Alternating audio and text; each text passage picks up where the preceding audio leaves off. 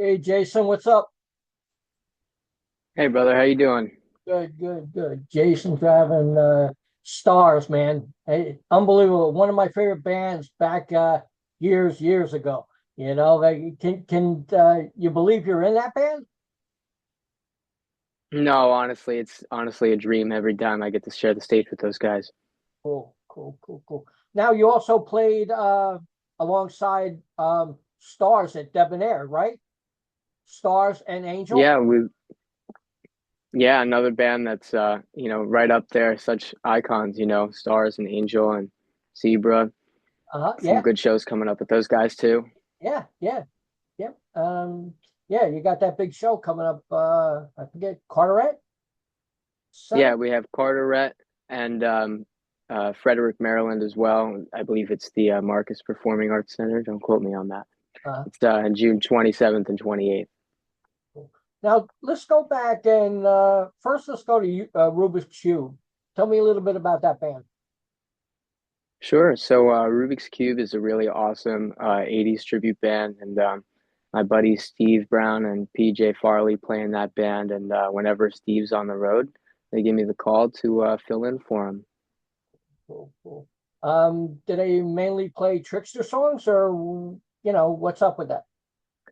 Now, they play a really, really large variety of stuff, anything from Devo to Madonna to Poison and Motley Crue. Big, big group of songs, and really, really fun band. A lot of energy on stage, and they have a lot of different costumes and props all over the place. It's really, really fun. Cool, cool. Um, Also tell me a little bit about Double Vision. I didn't even know you were in that band because Chandler's like a close friend of mine, and until I started doing research, I didn't know you were in that band. Tell me a little about that.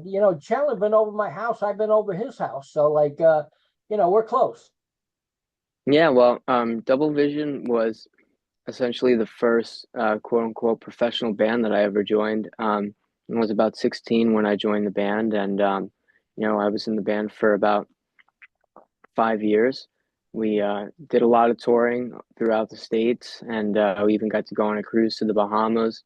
Wow, Again, really, really great group of music. I made some really great friends throughout my time in that band, and I got to do a lot of great things that, I never personally expected myself to be able to do in my life, and it's definitely helped me open some doors as well to continue my path as a musician. cool, cool. Yeah, and also Shawn Tarr. Me and him go back a long time too, so he's a cool guy. You know. Shawn's a killer guitar player, and Chris Tristram as well on the bass. I mean, Yep. phenomenal. House of Lords, Great White, Marjorie Fair. I mean, it's definitely some true talent in that band. Alex on the keys as well. He's phenomenal. I definitely had a really, really good time playing with those guys, and like I said, it just really helped and me as a musician, especially just learn a new kind of music that maybe I wasn't exposed to as much, and always knew that Foreigner was a really awesome band and they had a lot of hit songs, but it wasn't until I started really playing the music that I realized, there are so many people that don't know how many hit songs Foreigner really has. Right. Almost every song that we had in our set list, people were like, "Oh, really? They do that song?" Hmm. Wow. Cool, cool. And Chris is a good guy too. I like him Yeah, too. he's Okay, phenomenal. I'm gonna go through some of these bands, and some might be relative to you, some might not be. I might have got my research wrong. I don't know. Let's start with Keith. With Teeth. All right, so that is a band that I started on my own, and it basically started out as a friend of mine who books the Red Line in New York City. Hmm. She had asked me to have a band come play. We would go and play there at 1 o'clock in the morning till 3:30 in the morning, and I would just grab my friends, whoever was around, and put a band together and play anything again, kind of from Britney Spears all the way to My Chemical Romance, and just kind of play a good mix of music, but a good mix of stuff that people will also know. The Red Lion is a really fun place to play, especially at that kind of time on the weekends. There's always people coming in and out. the band before you do six of the same songs that you do, and by the time that you get in there, it's a whole new group of people. So it's just a lot of fun. There's always great energy there, and I just sporadically will put stuff together with those guys, and whoever of my friends is around, and we just kind of have a good time with it. Cool, cool. Do you record anything with that band? No, that's all just cover stuff. Most of my recording is either my own music, or if people hire me to play on their stuff or write for them. Cool, cool. The next band, I'm not sure again if it's relevant. They're called Reverse. No, I haven't played with those guys. Okay, how about This Island Earth? I know you did, right? Yeah, that was my band. Currently, almost done recording the second EP that we have, and this one's a little more in the style of Black Sabbath, Metallica, Turnstile, so a little heavier stuff. Um, Started out as a kind of a pop punk band that I started just after COVID, and again, mainly my own music that I was able to put a group of people together and start playing out and having more of a collaborative effort with. And we got to do some really fun stuff. We played the Apollo Theater. We've opened for Trickster, and just we did a summer tour a couple years ago that was a lot of fun. And just constantly trying to write new stuff, whether it's for that or for myself, or yeah. And you release stuff before this new EP coming? Yeah, we have the first part of, so it's a two-part EP. The first part came out in 2023, Solar Opposites Part 1, and Part 2 will hopefully be done this year. Cool, cool. Now, where can people pick it up? It's still available? It's still available on streaming services. Waiting to do the second release to put out physical copies, so that way you kind of can get Part 1 and Part 2 together as a full-length album. Cool, cool. Will it be out this year? Hopefully. Uh-huh. As long as we got to make sure we have the right people mixing and mastering. The last release we did, we had Chris Sheldon mix it, and he did the Color and the Shape album from the Foo Fighters, and Steve Brown mastered it, and it came out really, really awesome. And had my buddy Jordan Kanata on drums, who's out with Slaughter now. So I was really, really happy with the way that it turned out, and we got some really great people working on this next one as well. Cool, cool. Did you play any shows with Eric Martin and Steve Brown? Yeah, so I've actually done a couple of gigs with Eric, and I did one with Steve and Eric, filling in for PJ. I believe he was out with Fozzy at the time. So it was me, Steve, Eric, our buddy Chris McCoy on drums, and Chris McCoy on keyboards, and Ben Hans on drums, and that was a lot of fun. I remember walking up to Eric, and I hadn't seen him in a couple of years, and I walked in kind of looking like PJ, just plain black shirt, black beanie on. And I went up to Eric and I said, "Hey, I'm your PJ for the night." And he goes, "Turn around, we're gonna redo that." And I go, "Hey, I'm Jason." So it was a really good time. Eric's just a really, really funny guy, very dry humor, but super Very funny, especially once you understand his sense of humor. cool. Oh yeah, I definitely do. I did an interview with him a while ago before Zoom, Yeah. so it was I still recorded it. I forget on whatever program it was. And I go, "Hello, is Eric there?" And he goes, "Hold on," and like he stopped his feet like he was running to the phone, and he goes, "Hi, this is Eric," like he's definitely a jokester, you know. Yeah, 100%. He's kind of like Richie Ranno a little bit. Richie Ranno is definitely a very big jokester guy. Cool, cool, cool. Yeah, me and Ranno, we did the Kiss conventions back long ago together and stuff like that, and that was really an experience and stuff like that. Tell me a little bit about Sweet Emotions. Yeah, so a couple of the guys from Double Vision and Richie, we were gonna put together a an Aerosmith tribute band. Went in and did some recordings and shot some video, and it all came out really great. And sadly, the timing just wasn't right. We were still kind of getting Double Vision back off the ground because of COVID, and we thought it would just kind of make more sense to stay focused on that for now, but or at least for that time being. And personally, Aerosmith is definitely one of my influences, right up there with STARZ for sure. So I was very happy to be playing that music. It was definitely stuff that I cut my teeth on growing up. Cool, cool. That was also with Chris Tristram in the band, you know. Yeah. So Hmm. with Double Vision, you guys are playing pretty big venues, aren't you? Yeah, so a couple of us uh in back last year around February have left the band. Mhm. But we were playing, large theaters and casinos. Like I said, we went on a cruise and we do a lot of fly stuff to do outdoor events and a lot of summer concert series and stuff like that. Some really great festivals and definitely a lot of great places to play and a lot of just traveling. I personally like to make little vacations out of my travel time whenever possible. So if there's ever a Goodwill or a thrift store or a comic book or zoo or aquarium or anything like that, I'm always in an Uber on my way there in between sound check and the gig. Cool, cool, cool. Now, when I last talked to you was about 2 weeks ago, I guess, at on a function. And Hmm. you were telling me you're working on the new Stars album. Can you tell me anything about that? Sure. We've definitely been getting together and trying to get some new ideas together for some new music. It definitely seems to be going well, and hopefully the road ahead is looking promising so far. Can't divulge too much, but it's definitely something that we're looking forward to doing, whether it's just a new song or a new album. We all love the music that we play together, and it definitely should not stop at where it was. So, to get not only for ourselves, but for all the people who have supported Stars for, 40 plus years now, they're definitely deserving of some new music, and we'd definitely like to give that to them if possible. Cool, cool. Is Michael going to be singing?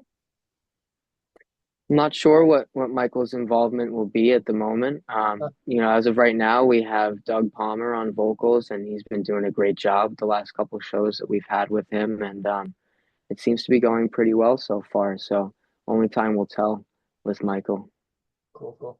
Um, when we going to see a solo album from you? There's definitely a lot of material that's been being worked on over the last, I would say, year and a half, 2 years. I continue to write stuff almost every day, and as well as for other people. So between my gigging schedule and the amount of ideas that I have in my computer, um, there's definitely a lot to go through and a lot that is pretty much almost there, ready to go. Just to meet just waiting to kind of mix and master it, or if there's some things that I just have to re-record a couple parts or whatever. But there's definitely a large track list of stuff that's waiting to get out there. Cool, cool. Is music everything you thought it would be? And so much more. Hmm. Um, since I picked up the guitar at 4 years old, and I knew the moment that I did that this was what I wanted to do with my life. And I've been pretty blessed to be able to live that dream out, especially over the last couple of years. When I turned 21, or it might have been even earlier than that. I was probably about 19. Uh, I decided to stop going to college and to pursue my career full time. And I've been lucky enough to, like I said, be able to go out on the road pretty constantly, and whether it's locally or, going all the way across the country. For me, it's just about the people that I get to do it with and the places that I get to be in, because otherwise I most likely wouldn't be in that position if I wasn't playing an instrument. So I'm very lucky to have a great group of people who are very supportive of me, and I have great groups of people that I'm able to share the stage with and enjoy what I do for a living. Cool, cool. Was there any musician that you met that you were in awe over? I have been lucky enough to meet Slash and Duff McKagan. Um, Slash I met after a show once, and I got to thank him just for making me pick up an instrument, which was definitely a really, really meaningful moment for me. And I would say about a year later, um, I had gone to see Duff McKagan in the city and snuck backstage and met him and his band. And by the time that I got over to him, they were ready to kick me out of the dressing room because I wasn't supposed to be there. And I couldn't have been more than 17 at the time. So he saw what was going on and he stopped his tour manager and he was like, "What's going on?" I was like, here's what's going on. They're kicking me out for sneaking back." And he was like, "Get the fuck over here." He's like, "I did the same thing at your age when I saw the Clash." And he was really, really cool. Um, those were definitely some pretty meaningful times for me, especially because Guns N' Roses is the reason that I started playing music. Cool, cool. Can you tell me any endorsements that you have? Sure. I've been with Vintage Guitars for about almost 6 years now. Um, I've been with InTune guitar picks for almost 10 years now, if not 10 years already. As well as Ovation guitars, the acoustic guitars. I have about four of them now, and they're just incredible live and in the studio. And I'm really, really lucky to have again some great teams behind me and supporting what I do. Right, right. When you play with STARZ and you're trading leads with Ranno, what's that feeling like? It's so much fun. We really feed off of each other, both with STARZ and even when we're just playing together locally. There's a lot of times when Richie and I will kind of just look at each other and give a little smile because it's like, hey, I heard that. Uh-huh. We kind of draw off each other and Richie definitely was an influence on me. So there are things that I've picked up from him and incorporated in my own way into my playing. And I'm sure that for him, it's kind of like a nice pat on the back as well. Cool, cool. Now, if you had one option, download, cassette, CD, or vinyl, what would you pick? Vinyl 100%. Cool, cool, cool. And you gonna have any vinyl coming out? Well, STARZ actually did just recently put out a compilation album through, I believe, Renaissance Records, which came out on a couple different variants of vinyl. When the This Island Earth record is ready, I would definitely like to press that to some sort of limited vinyl. And once I start putting out solo stuff, I 100%. I mean, vinyl is, that's what I grew up on. I listened to more records than CDs growing up, honestly. And I still have a pretty decent record collection. I'm still buying stuff. When my favorite band's gonna put out an album, I always order it, order the vinyl online as soon as they release it. And, it's such a great feeling when you get that package in the mail and it's like, oh yeah, new Yeah, record, you yeah. know, or even just going to the record stores. I mean, I'm constantly going to record stores and just looking for whether it's stuff that I've never heard of before and it just sits in the dollar bin and I'm like, what the heck is this? And let me just buy it for $1 and check it Yeah. out. And sometimes it's the coolest thing you'll ever find, you know. It's definitely a different kind of feeling to have that thing that you can hold in front of you. You can take out the sleeve and read the liner notes and see all the people who played on it and worked on the album. You just don't get that same thing anymore, especially with digital. Cool, cool. What's the last vinyl you bought? Um, there are two. I've got the new Elton John Brandy Carlisle album, which is fantastic, such a great record. And I also just pre-ordered this band Turnstile that I mentioned earlier. They're coming out with a new album this year in June, and it's been a couple of years since their last release, but they've definitely had a pretty large influence on me since then. And I'm really stoked to hear what this new record has. They just put out the first single 2 days ago, and it's totally killer. So I'm very excited about that. Cool, cool. If you went on tour supporting another band, what band would that be? With STARZ or with my own music? Either one. With STARZ, I would have to say at this time, I would love to go out and do something with Alice Cooper or Cheap Trick. Yeah. Um, I mean, I know that a couple of the guys in Alice's bands are fans. Ryan Roxy sometimes will come out wearing a Stars shirt at the end of the night. Um, Cheap Trick, is just right up there with STARZ in that '70s kind of hard rock group. Um, and it's I mean, just great musicians, great songs, really talented guys. And again, like they just don't make that stuff anymore. Right, right. I noticed over the past couple months, bands are only putting singles out now, and when the last single's done, then they put out the album. Do you feel Mhm. that's the way to go now? Well, it's definitely easier to kind of see where the interest is as far as the singles, and sometimes it makes more sense to put out an EP than it does a whole album. The cost of putting out an album now, especially if you can't do it on your own, is pretty high. And for most people, even like myself, I mean, I have a home studio like I'm sitting in now, and it's a lot easier and simpler for me to be able to do the majority of the work here than to have to hire somebody to record everything. Um, and to go and do one thing and put out one song and be able to gauge your audience and what they're liking about it, and it also will help you kind of figure out what you want to do about recording a record. If you want to keep the material kind of in that same realm, or if you need to change some things up and maybe try to reach a larger audience if that's what your goal is.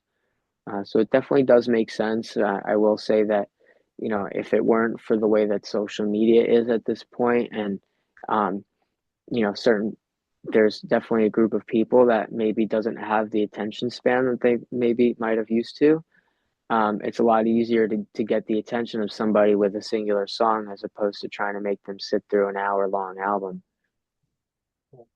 Now, if a new band was coming up and they asked you recommendations on do's and don'ts, what would it be? Save your money from gigs.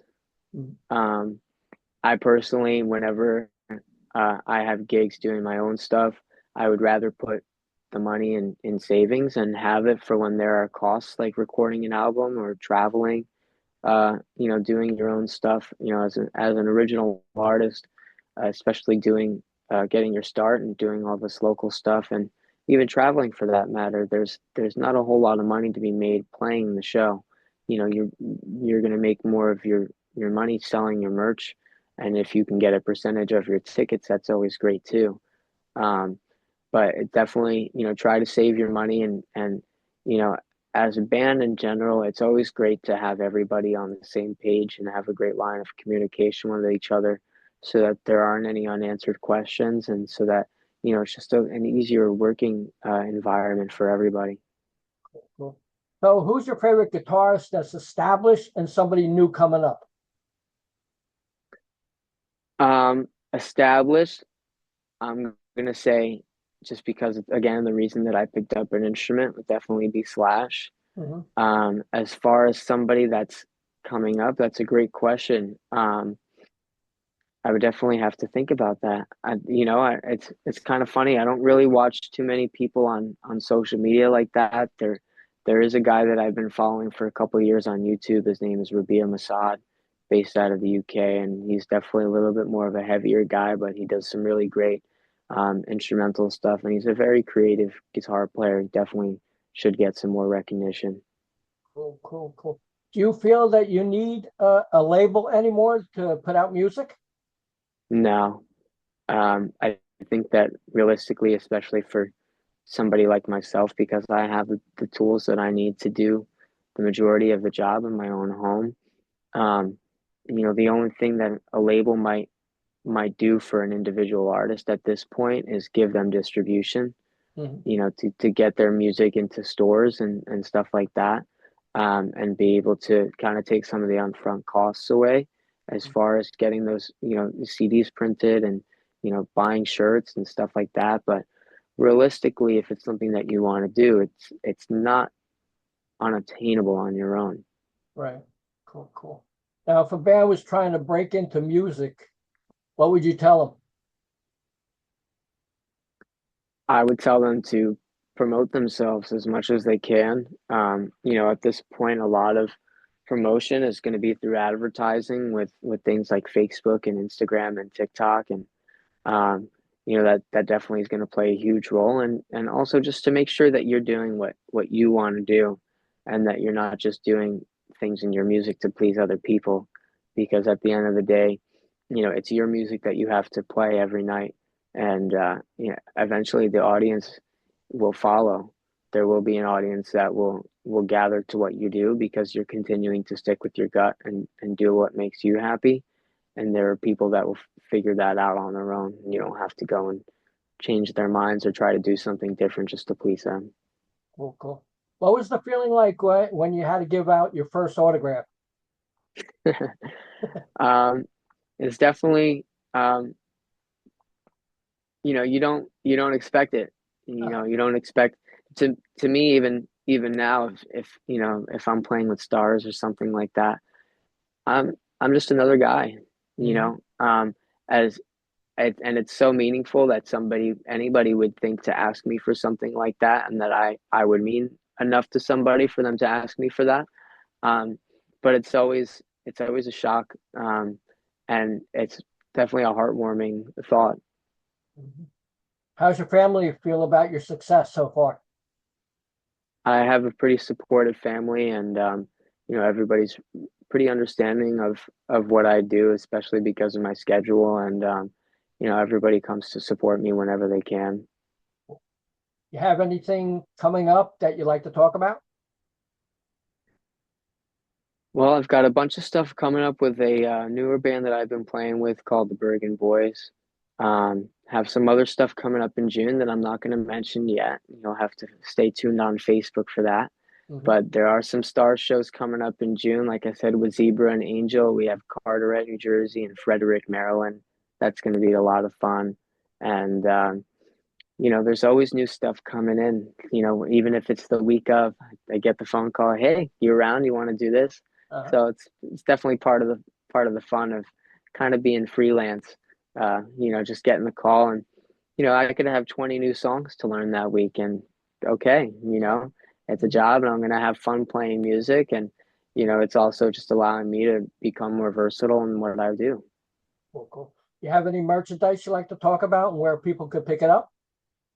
There will be a new Stars store opening very shortly on the Stars website, starztheband.com, as well as I'm getting ready to have some shirts made as well at jasondraven.com. Always working on new stuff, and I might have to gauge some people's interest on doing some guitar pick sets. Right now, I have my Beetlejuice set. That's one of the Oh, one of the characters. But I like all my old horror stuff and even the Tim Burton horror stuff. So occasionally I'll do either Tim Burton stuff or Universal Monsters on my picks, or I'm a huge advocate for animal conservation, especially when it comes to aquatic animals like sharks and stuff like that. So every now and then I'll do stuff like that, and I kind of have the idea to maybe try to get some people interested in that, and if it's something like a conservation related thing, then maybe donate the proceeds to an organization from just doing a limited run of guitar picks. cool. What does Richie Ranno mean to you? Richie is a huge inspiration to me. Richie was the only like guitar teacher that I had for a few months. The majority of the stuff that I've learned, even growing up, I was self-taught. And when I was about 11, 12 years old, I was going to Richie for a little while, and I've always just had such an admiration for him and his creativity, and we definitely differ in styles, but because I've listened to him so much and learned so much of his music, he's still rubbed off greatly on me, and you know I'm sincerely grateful to be able to share the stage with him to the level that I do, because especially having grown up listening to that music, it's just kind of a full circle moment. Cool. Well, Jason, it was great talking to you, and I appreciate the chat and our friendship. And would you like to say anything to the fans in conclusion? Well, thank you so much for having me, brother. I do want to say that I miss my buddy Carl, and I know that you do too. We're Yes. thinking of him and his missus Jerry, and just want to send a bunch of love out to those guys and to their family, because I'm always thinking of them. And make sure you guys get your tickets for Stars in June, and there'll be plenty more to come through Facebook and my website and Instagram and all that good stuff. Cool, cool. Thanks a lot, Jason. Thank you, brother. You take care. Bye bye.